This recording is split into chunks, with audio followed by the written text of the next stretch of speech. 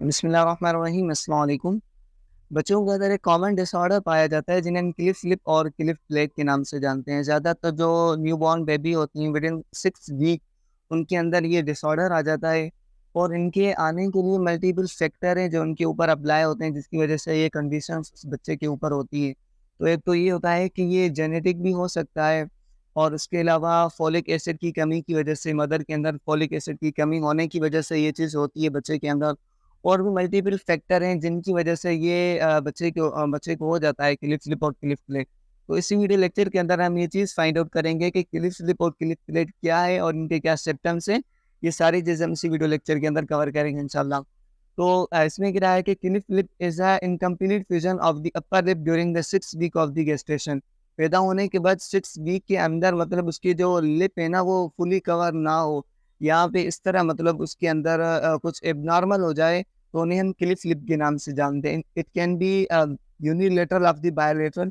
ये तो या तो यूनिलेटरल होता है सिर्फ आपके नोज के एक ही साइड से होगा, या फिर बायलेटरल या फिर दोनों साइड से हो सकता है। ठीक है, इट कैन बी अलोन और with combination of the Cliff plate. या तो ये सिर्फ अकेला होता है नोज के साथ मतलब क्लिफ लिप ही होता है, या फिर क्लिफ प्लेट के साथ मतलब दोनों कंडीशंस इस तरह है। ये क्लिफ लिप और क्लिफ प्लेट है मतलब या तो ये अकेला होता है सिर्फ लिप के साथ या फिर ये अलग-अलग होता है। मज़ीद हम इनको डिफरेंट पार्ट में डिस्कस करेंगे।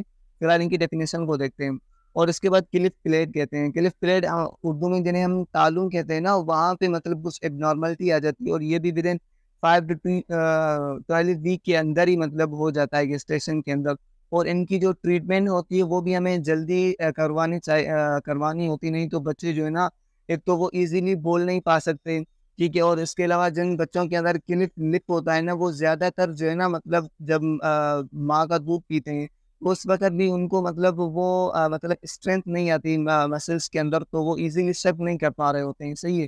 तो ये एक नॉर्मल डिसऑर्डर है बच्चों के अंदर, ज़्यादातर हो सकता है, कभी-कभी ये रेयर भी होता है, सही है। तो यहाँ पे इनके कुछ टाइप्स हैं जो हमने पढ़ने हैं, अगर ये आपने अच्छी तरह से देखा तो आपको कंप्लीटली समझ में आ जाएगा। अच्छा, नॉर्मल प्लेट और नॉर्मल प्लेट, ये दोनों क्लिफ प्लेट है और ये नॉर्मल प्लेट है, सही है। ये चीज़ आपको बतानी, ये नॉर्मल लिप है। नॉर्मल प्लेट इस तरह होती है और क्लिप लिप इस तरह होती है मतलब, और ये बाय क्लिप लिप दोनों साइड से आपकी जो लिप है वो मतलब एक नॉर्मल हो, तो इस तरह आपकी कंडीशन होगी, सही है। ये नीचे लिखा हुआ है मतलब क्लिप लिप भी हो और क्लिप प्लेट भी हो तो आपकी कंडीशन कुछ इस तरह हो जाएगी।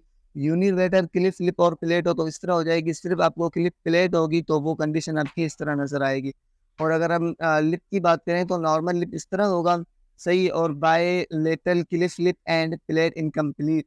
बायलेटरल क्लिफ लिप होगा आपको मतलब इस तरह दोनों साइड से नोज़ में अगर ये चीज़ आपको हो जाएगी तो आपकी कंडीशन कुछ इस तरह होगी और अंदर से ये कुछ इस तरह नज़र आएगा, सही है।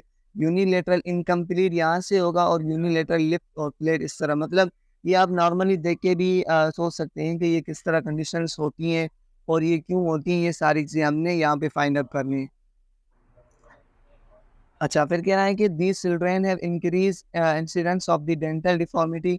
उन बच्चों में ज़्यादातर डेंटल डिफ़ॉर्मिटी होती है और उसके अलावा ओटाइटिस मीडिया, ईयर इन्फेक्शन भी हो सकता है, हियरिंग लॉस हो सकती है जिसकी वजह से, और इसके अलावा स्पीच प्रॉब्लम, उनको बात करने में भी डिफ़िकल्टी होती है क्योंकि ये सारी चीज़ें इन्वॉल्व होती हैं। हमारी टंग जो है ना वो ज़्यादातर मूवमेंट करे जिस वजह से ये वॉइस मतलब क्या कहता है बाहर निकलता है। और भी मल्टी फैक्टर होते हैं जो कि हमारा एपिग्लॉटिस होता है, वो भी मतलब वॉइस निकालने के लिए ज़्यादा रिस्पॉन्सिबल होता है। तो ये उन बच्चों में नहीं होती तो उनको बात करने में भी ज़्यादातर डिफ़िकल्टी होती है। So repair from cleft lip and palate need a combined effect of the disciplinary team of doctor. मतलब अगर आप इनकी सर्जरी करवा रहे हैं तो आप मतलब एक हाईली रिकमेंड जो डॉक्टर्स होते हैं उनके अंडर ये करवा सकते हैं, सही है। The diagnosis of the cleft lip plate is aid in the 20 to 20 week of the gestation by ultrasound examination। अच्छा, मतलब ये आप बच्चे के जो है ना जब ये बच्चा आपके माँ के पेट के अंदर होता है तो उसी वक़्त ये डायग्नोस हो जाता है अल्ट्रासाउंड एग्जामिनेशन के थ्रू, और आपको पता चल जाता है कि हमारा बच्चा जो है ना ये इसके मतलब क्लिफ लिप या क्लिफ प्लेट के साथ है। तो जब ये पैदा होता है, पैदा होने के बाद ही इनको मतलब विदिन वीक्स इनको ट्रीट किया जाए तो ये जल्दी रिकवर हो जाते हैं। अगर आपने इनको लेंथी छोड़ दिया और मतलब बिल्कुल ही ट्रीटमेंट नहीं करवाई तो ये लाइफ टाइम बच्चे के साथ प्रॉब्लम हो सकती है, जिसकी वजह से बच्चा जो है ना ज़्यादातर इमोशनली स्ट्रेस में भी रह सकता है, क्योंकि स्ट्रेस में रहेगा। एक वजह तो ये होगी कि उनको कम्युनिटी जो है ना, सोसाइटी एक्सेप्ट नहीं करेगी, उनके बात करने का तरीका, मतलब जब भी बात करेगा खुद को ही मतलब वो क्या कहते हैं, मतलब एक कॉन्फिडेंस उनके अंदर नहीं आएगा, लोग उनके उनके ऊपर मतलब मजाक बनाएंगे, ये चीज़ उनके लिए बन जाएगी। तो बेहतर है कि उन बच्चों को जल्दी रिकवर किया जाए। The repair can be performed after 2 to 3 months of the birth. If severe, it need more than surgery. 2 to 3 month के अंदर ही उनकी बर्थ होने के बाद ही उनको मतलब ट्रीट किया जाए। अगर नहीं करते तो ये मज़ीद सर्जरी की तरफ भी जा सकता है, मतलब ये कॉम्प्लेक्स प्रॉब्लम हो सकती है।